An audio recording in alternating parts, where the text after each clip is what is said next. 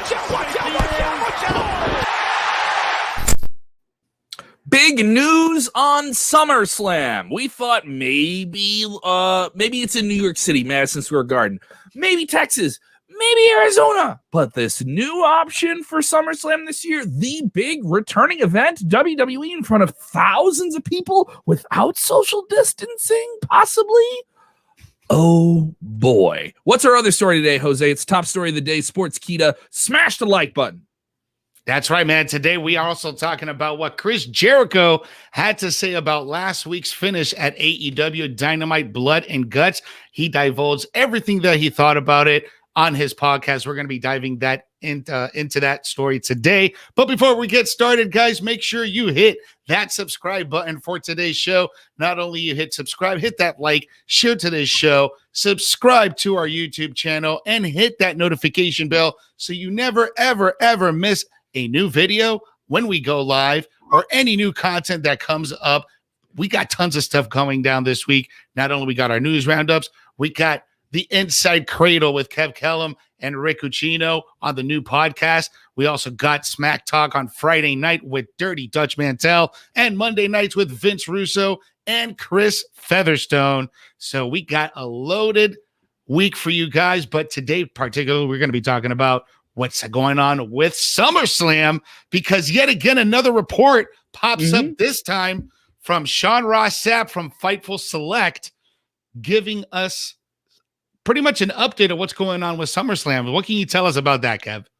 So basically, this one is looking like we could be seeing SummerSlam in the city of sin.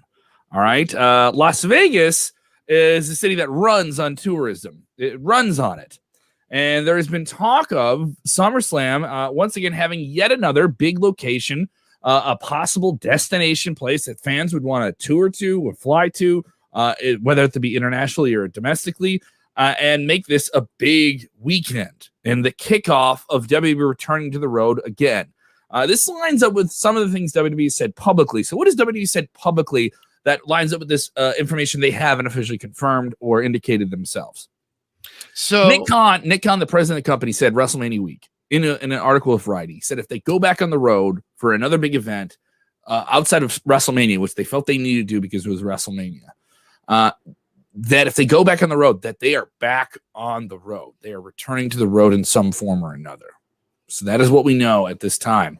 But Las Vegas, oh boy, that would be quite the play by WWE. There's a lot of people who thought WWE would line up some huge events in Las Vegas at the new stadium that the Raiders have built there. Maybe an event like a WrestleMania, but obviously we know the next like 2 WrestleManias are booked out for Dallas and California here. So quite the move if WWE wants to go somewhere big and do a big splashy event.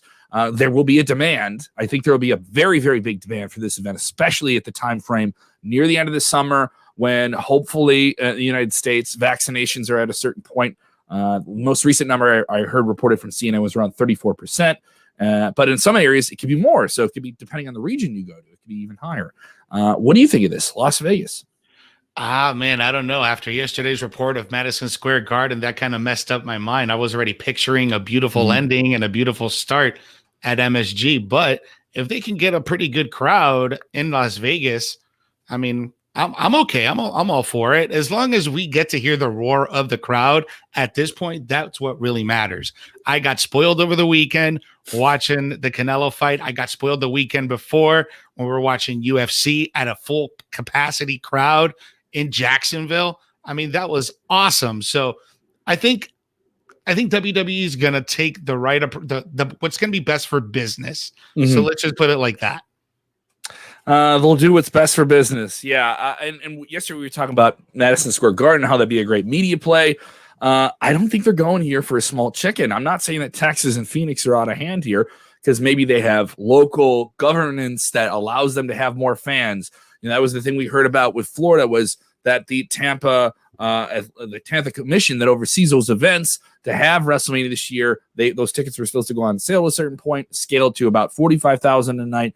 Then we heard that number was brought down to 25, and that delayed the tickets going on sale. That was WWE saying that on Monday Night Raw. Tickets are going to be on sale tomorrow. And then they were pushed back and pushed back and pushed back. And eventually they'll sell the tickets. So in this case, I don't think this is something we won't find out for quite some time, at least officially. Some fans sounding in here, Nick, saying hopefully WWE will go back on the road, feeling this year.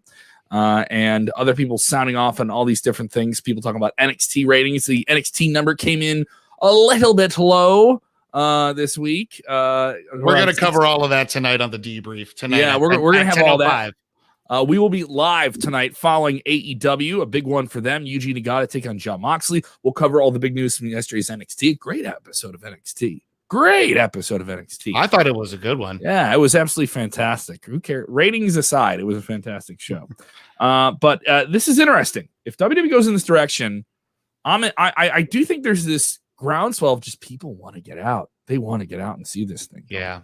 I think so. I mean, over here in Florida, people were definitely ready to get out. When we went to WrestleMania down in Tampa, you couldn't even tell like there was a pandemic just of how packed, even though it was only 25,000, but all those 25,000 people were just all on top of each other here and there. So people definitely want to get back out. I know I do.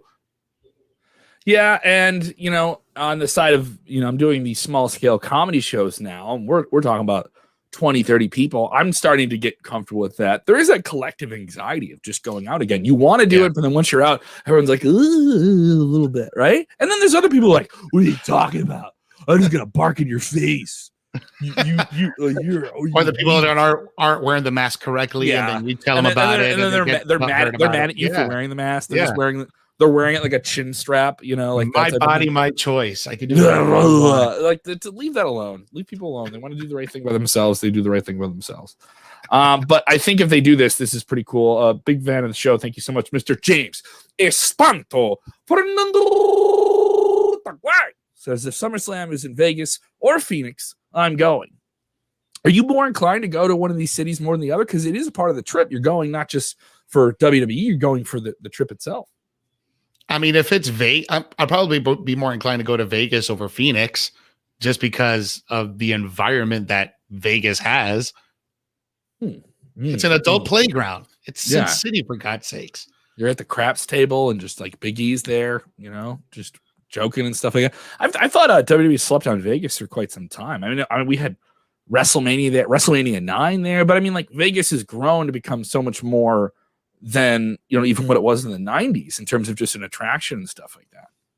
Fan Sports 5 saying SummerSlam needs Disco Inferno if it's in Vegas. Yes, I understand that Glenn Gilberti Disco Inferno works in the live adult entertainment field in Las Vegas. The last time I heard of him, I don't know if he's still doing that. The last time I checked, he's definitely not working with WWE. Not right now.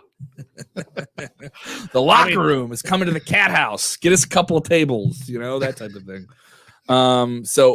Definitely this would be a crazy one. Let's get to our second story. This involving Chris Jericho. He will we're not going to see him on AEW for quite some time because he got thrown off a 20-foot cage last week at the end of the Blood and Gut show, which was very successful for AEW. Yeah, and a lot of people that watched that show, myself included, were very what's the word? Had a problem with the finish. There was a lot of people, it was 50-50. There was a lot of people that didn't like how it ended. And Chris Jericho is responding to the critics in his latest episode of Talk is Jericho. And there was a lot of things that went down. I mean, for example, like when we were talking about the spot where Tully Blanchard unlock the cage for the Blood and Guts cage to allow people to come out or get in or whatever. That part happened when it was during split screen, when it was what do you call it? Split screen? Yeah, that's what we call it. Picture in picture. Mm-hmm. So while that's going on, he's having the match with MJF and Aubrey is letting him know what's going on, and he's telling MJF what's going on, slow down, we're in commercial break. And just the whole thing, the whole timing was off on his part. Now, as far as the actual fall that, the actual bump that he took, he describes here in a lot of detail. Let me just find the area where he's talking about. But he mentioned that the top of the cage was very secure to walk on, comparing it to Hell in the Cell match back in 2002. He's also talking about the spot where Sammy Guevara was surrendering. And that spot was actually supposed to be between Santana and Ortiz, but Yeah, so that whole spot was supposed to be between Santana and Ortiz, and the whole spot of Jericho falling off of the top of the cage was an idea put together by Tony Khan, MJF, and Jericho. Now, there was a lot of people that were very critical of the ending of Blood and Guts, I myself included, and he says he would not change a single thing, not a single thing. He understands what people saw, but in the end run, he was less than a foot away from hitting the lights before getting a very, very serious injury. It was still really dangerous. I just think people saw he hit this structure they put together of crash pads and different things to make that bump safe. All right.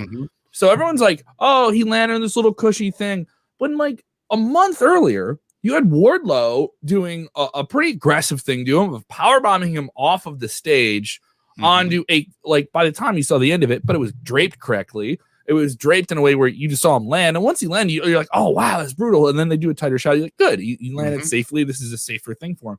I think with this, it was just obvious that it was a safer thing. Like you could see crash pads. Some people are like, oh, this is phony. You know those wrestling fans are just like, I don't want to see that. Why do people put their hands up when they get hit with chair shots? Remember that like years ago? People were like, what do you put your hands up when you get hit with a chair shot? And I was just like, really?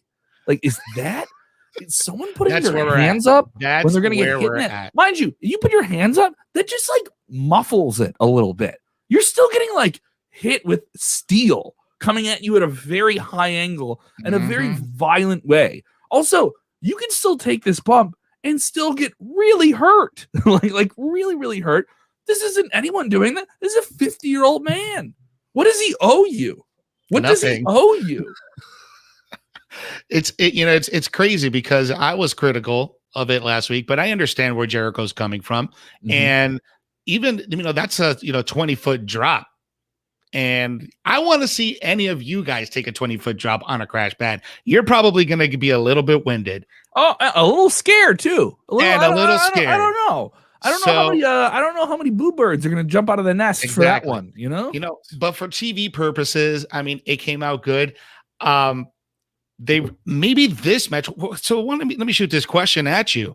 Do you think this match would have done better if it was pre-recorded and maybe they would have cut to the scene of him? Like, remember kind of like what they did in NXT where they threw him off the top. You need to do this live. You need to do something like that live. It's an attraction. You want people to feel like nothing can get out, and especially with AEW's audience, they're so internet driven. There's very much a specific core audience they've built themselves on who are super critical of stuff like this, but that passion rolls over into, I want to tell people what happened at the show and here's some videos that get out. So, I mean, if they take this in advance, I think people would have known what was happening with it well beforehand, and you would have known the finish of it. I don't think this is a finish they want to give away. They were essentially doing a pay-per-view finish on television, on free TV. And so they wanted to pop that rating, and they ended up getting that rating for sure. Other people chime in here. Jack Lapisto saying, wanting to see where AEW goes after Blood and Guts. Well, that's the idea. I mean, if a majority of fans are still going to tune in and watch the show this week, then what is it? This is people, bitching and moaning about semantics, basically. You're still going to get a great wrestling show. You're getting Yuji Nagata from New Japan in the United States against Jon Moxley. That's going to be a great match for the IWGP United States Championship. If you're a hardcore wrestling fan, you love New Japan. I've talked to New Japan fans. They love how this kind of like verifies their fandom of New Japan, because it is still very much in the eyes of some American fans outside of like the big Tokyo Dome shows. And they have one of those coming up in about a couple days. They're going to be doing Yokohama Arena, and they're going to be doing a stadium show once again at Tokyo Dome at the end of the month. And those peak interest, those bigger shows always get more casual viewers.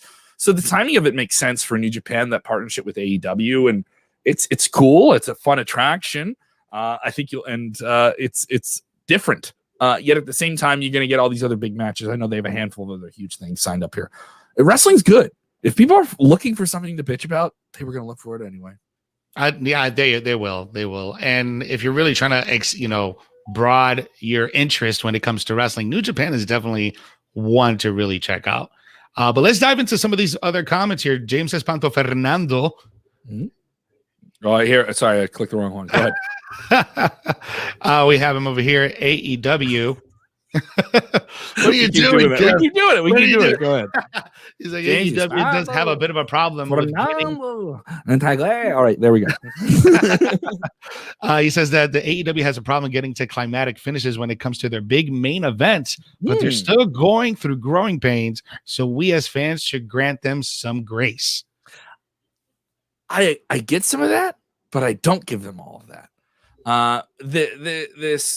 There is this clear thing from a big segment of AEW, and this is where I'll say something controversial. When it sucks, no one wants to say it, but they're all talking about it. Oh man, I wish it didn't go that way. And then you have the crowd of people that are WWE fans with the tribalism and everything like that, who come in and be like, "Oh, this is ridiculous. The exploding barbed wire death match, like this is just as bad." Or when they let Jeff Hardy, he got injured in a match, you let him go out there and still climb up the thing. You know, that was the worst thing they ever did. Oh, what about the comments from the officials last week where they were saying that the blood and guts match put the business back 30 years? Oh, a WWE official said that, and you can't attribute that quote to anyone. So that's a report, mind you. It's a report from verified. Yeah, it's a report. It's a report from like verifiable people, but we don't know who that person who said that is. You know, and also if somebody said it, how do you know they weren't joking? How do you know they're not just poking you guys to get you going? What if they're being sarcastic? Exactly. And also like, oh, they're going to take a shot at you and you're going to lose your mind about it. You have Tony Khan out here like doing interviews saying that WWE's doing the same match over and over again. You had MJF on TV less than a year ago saying we're in a ratings war and like all these different things. And Jericho has had fun with it saying demo god.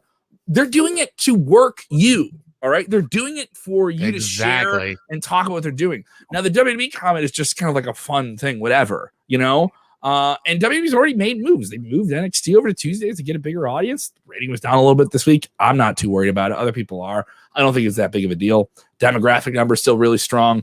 Everyone's like, oh, ratings are this or this. Think about this. Last week, SmackDown, Raw, and AEW were number one in their demographics for the night. And that's a network TV show included in that little segment there. So everyone's like complaining about things. It's not that bad. They're looking for, the thing is like when something's great, you notice how people are a lot quieter when something's not that like a good story. But when something's like a bad, like we can jump on it and like, you know, like just fart on this major corporation. Yeah. And I'm talking about any of them. I'm talking like any company, you know, way bigger issue, way bigger issue. You know, like AEW has, they've started to burn out the Jacksonville market a little bit in terms of selling tickets. They're starting to scale out and sell more tickets, but they're just realizing like, oh, some people have been to our shows a lot. Like, so we have to do this. It was a little bit of a topic. It came out. I spoke with Jim Ross this week, and we had a really great in-depth conversation about where AEW is, where they're going as they're going live. That interview dropping soon. So very, very long conversation, by the way. We will definitely put an uncut version of that up on our podcast feed. We'll have some of that coming out on Thursday with the Insight Cradle. Bailey just did an interview with us ahead of this weekend's WrestleMania Backlash. You can check that out. It is up now. She talks about Eva Marie calling herself a super role model. Oh, God. Even though, Bailey is the role model. She is the one and only role model. Rick Cucino pulling down the big ones here. One more comment before we get out of here, commenting about all this different stuff with AEW. Tony Valentino, what a great name. I love that name. Says, we like AEW. Jericho effing washed up a-hole has been. His band sucks to Gordon Ramsay, Bon Jovi bastard son. All right, so I don't know if you like AEW, but you don't like Chris Jericho. See, it's just like that open negativity. It's like, I get to jump on the internet as a stranger and yell about a celebrity. Like, you know, like there's a lot I like of the show, but I hate the main character. But I'll still watch the show. I'm still watching the show. WWE sucks. Vince sucks. Vince needs to retire. And it sucks, S-U-X. Anyone who writes, anyone, here's the science, the Venn diagram. Triple H should be the one in control now. Those are the same people that in 2004 were saying Triple H is burying everyone with his golden shovel. It's like they all like take one joke from someone and run with it. You know, I don't mind good memes though. I don't mind me a good meme here. Jack Lapista jumped in the conversation. Says WWE says the AEW show set back business 30 years, but they have Alexa Bliss doing some kind of cursed. With Shayna Baszler's leg. She cursed Shayna Baszler's leg, specifically the leg. She's using Santeria, bro. She's going voodoo on specific joints. She gave her the zombie foot. Yeah. like that type of thing. Yeah. Was it her or was Kellam. it Lily? Like, do we know? That's Like, right. You got Big Kev, you got a rant, Big Kev, big rant. Hashtag rant, Big Kev rant. Hashtag Kellam of Kellam. All right. I'm telling you. Kellam Kellam might be my stand-up album. I've thought about that name. make that a t-shirt. Yeah. I'll put it in rhinestones on the back of a jacket. We're having fun here today. I don't mind it here. Yeah, it's the middle of the week. We got AEW tonight, and we got Backlash this week, and so we got a busy week ahead of us, Kev. Yeah, and we will be live after Backlash, by the way, on Sunday night. So make sure once again your notifications are on. If you haven't done that already, you can do that on Facebook. I know a lot of people watch this on Facebook as well. Turn your notifications on Facebook. Okay, and you guys can do that. You see it right here in the video, and you can know exactly when we go live or when we premiere new content. We're dropping some new listicle videos. I know you have one that's coming out before WrestleMania Backlash about the 5 things WWE cannot do. We got to do some funny jokes about WWE movies within that. I know it seems weird, but if you enjoy humor, I love that line. I thought it was. I wrote some of the script, so I thought when I sent it over to you, I was like, I just want to see if he's gonna say yes or no to this ridiculous bit. But you'll see it when it comes out. So if you're a diehard fan, you'll check it out. If you've watched the video long enough here, you've maybe hit the like button, maybe once or you've thought about it. Why don't you just do it? It's just a little, just give me a little scratch. Just scratch this part right here with a like. Right here. Give me a scratch right there with a like. All right. And subscribe to the channel if you haven't done it already. I do want to fake our friends. I know if you've been with us long enough, we don't usually say this earlier in the video, but I want to say this for you now.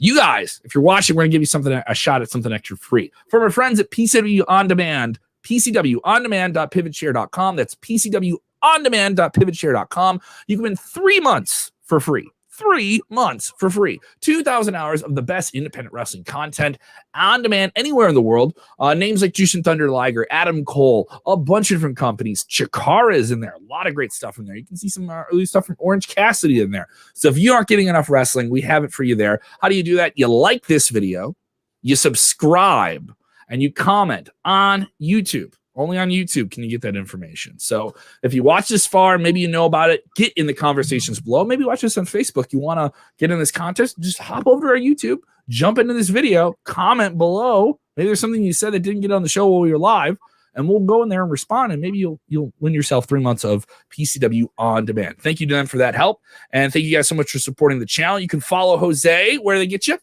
At Jose G with the underscores in between, official on Instagram and on Twitter and also on Facebook.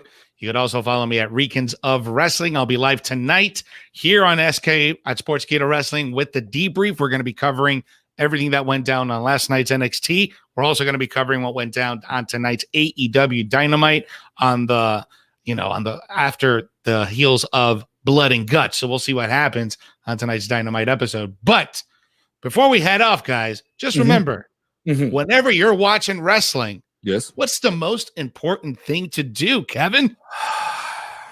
He's got to think about it. Oh, yeah, that's